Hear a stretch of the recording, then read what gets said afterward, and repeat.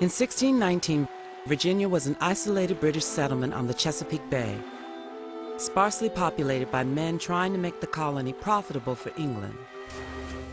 But the colonists were devastated by hunger, disease, and raids by Native Americans. So when the White Lion, a badly damaged Dutch slave ship, arrived carrying 20 kidnapped Africans, the colonists bartered food and services for the human cargo.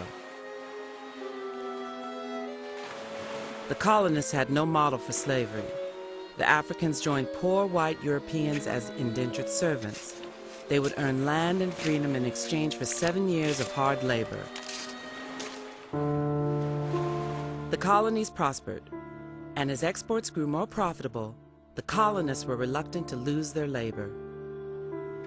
Unlike their European counterparts who held citizenship in their home countries, Africans were not subject to English common law. They were workers without rights.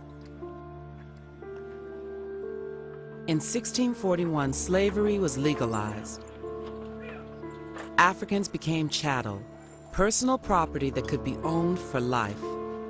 Slave labor enabled the colonies to become so profitable that in 1660, England's King Charles II established the Royal African Company to transport humans they called black gold from Africa to the Americas.